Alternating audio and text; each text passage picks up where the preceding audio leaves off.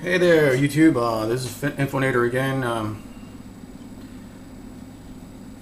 I'm making a video. It occurred to me last night that since I've posted some videos on the New Jerusalem that's supposed to come down in Revelations and basically rapture the people into it with the 12 gates, portals as they call them. The pearly gates are actually they're portals like what you see in the Bifrost and Thor's. That's a side thing. I explain that in my videos. But the thing is that versus the Revelations version of it, I'm trying to show the parallels. It came to me, if the moon is if the cube of heaven, which I call it, is 1380, square cube. The center of it is actually corner to corner, diagonally is way bigger, and these measurements actually fit the side. With a couple of, I think it's let's see. He comes to the conclusion. He does this. He puts the moon, the cube inside the moon, and he measures it diagonally from top corner to opposite lower corner, and the diameter of the New Jerusalem is 2,390.54 miles in this sense. This sense, it's just a cube. It's 1380 miles. The diameter of the moon is 2,160 miles, which is what, about 200 and I think it's 230 here. So it has a little room in there, 230 miles to fit the cube of heaven inside the moon. And since we have, let's see, David Icke talked about the moon being artificial, brought by super advanced race, which I've concluded many times in my videos. I've talked about them. In fact, I've talked about them just in recent videos.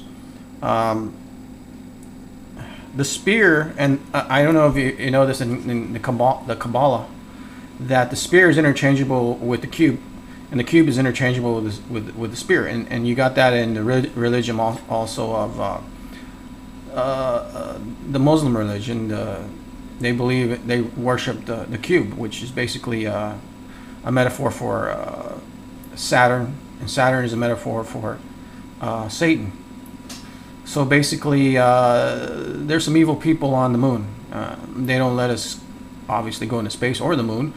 That's why they told us not to go back to the moon, and that's why a lot of the astronauts said they saw UFOs, and it was leaked out. And there was another astronaut who said every time they go into space, they're always being observed by alien craft.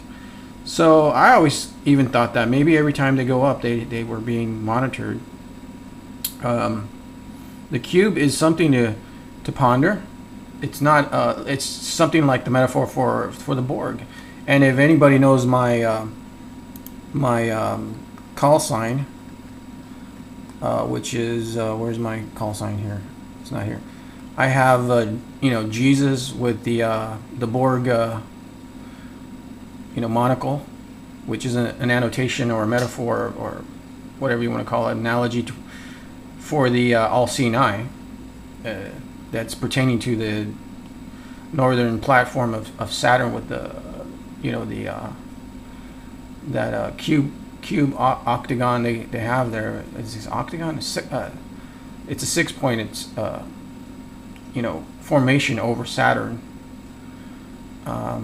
Basically, I guess it's all connected, right? As they say, all of a sudden that's been the new phrase. I've seen it in 3 different things, right?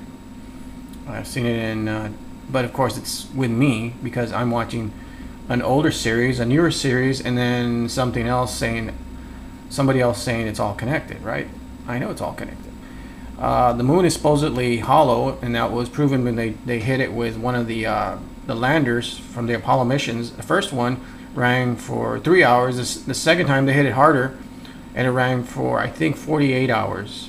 So they said they couldn't get through the, they couldn't get into the if the moon missions were real, and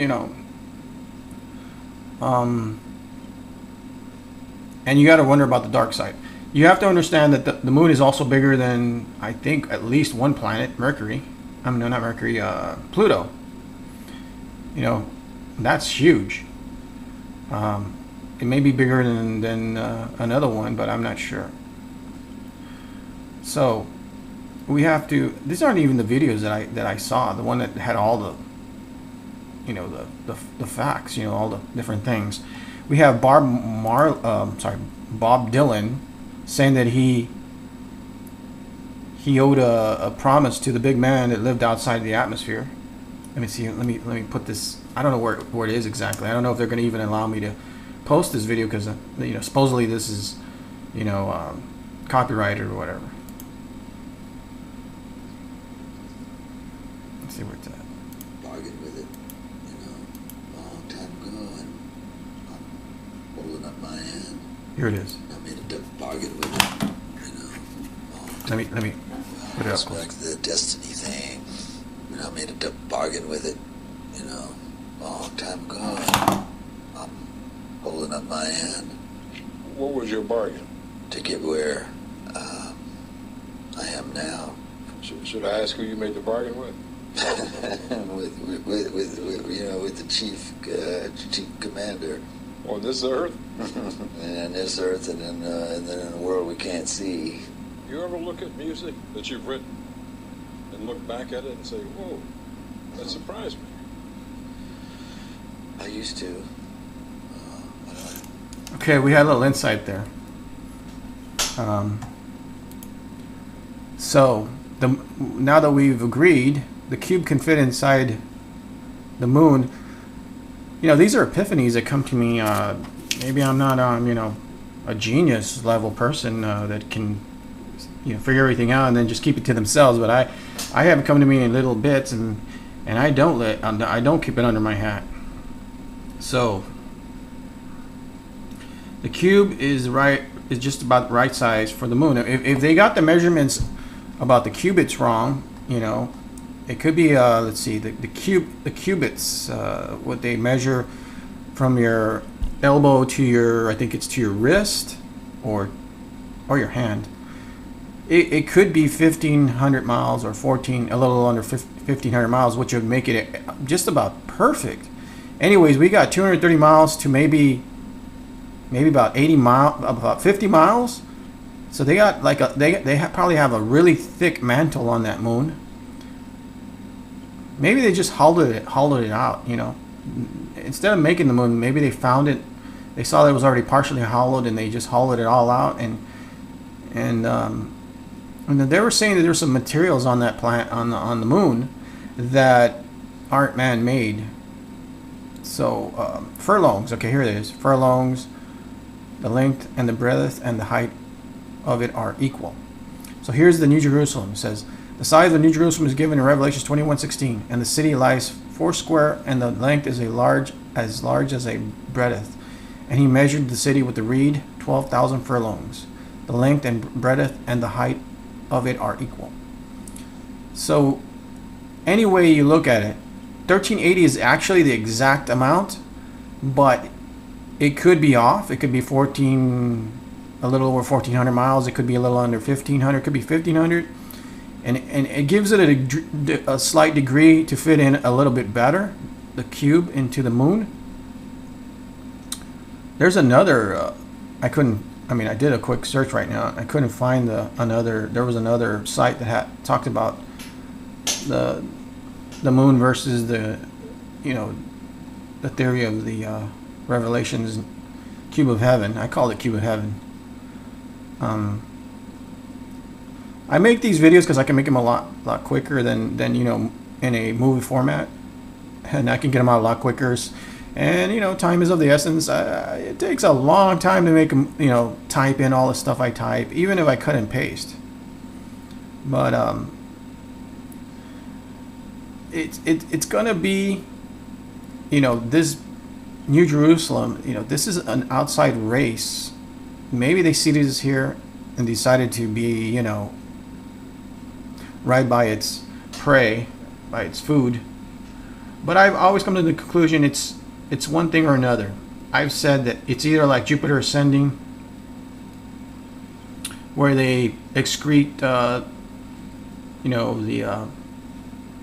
elixir of, the anti-aging, the true stuff, which is basically the little light bulbs that they talk about in both Star Wars, where they call them midichlorian, and then the other one they call them in Jupiter ascending, they call them the light bulbs, little light bulbs, and these are the mitochondria. That's what gives life to us. Once our mitochondria go out, we fade out and we die. So basically, mitochondria are the trick to get transcribe DNA, because you need light to pass through the instructions of the cell. So when you have enough light, biophotons that are emitting through these mitochondria, they basically can read and transcribe the instructions to rebuild the cell. Once it gets too faded out and the light doesn't go through, then there is no way for the recreation of cells correctly. So they start dying out. I don't believe in the telomeres. I think the telomere theory is definitely off. It's all about mitochondria, for me at least. It's either like that, or it's a spiritual essence that they get from us, like I said previously, from our quintessence, our spiritual energy. That's why they have to have us stressed at all times. Once you stress something, you're basically making it emotional. Emotions are spirit, so they are spiritual parasites. They engulf, or as I've said before, the Vedas talked about a spiritual parasite species that can't make their own food, so they have to take it from us. If you follow logic, that means that they would have to, if they really wanted to do this efficiently, they would breed the way we have farms. They would breed us and then basically squeeze whatever they need out of us. If it's killing us, putting under pressure, under a lot of stress, fear, sorrow, hate, anger, the whole 9 yards, then they would do it, because they can't exist. Or maybe they're junkies. Maybe they can exist. It's just that they're extremely, an extreme example of a parasitic race. So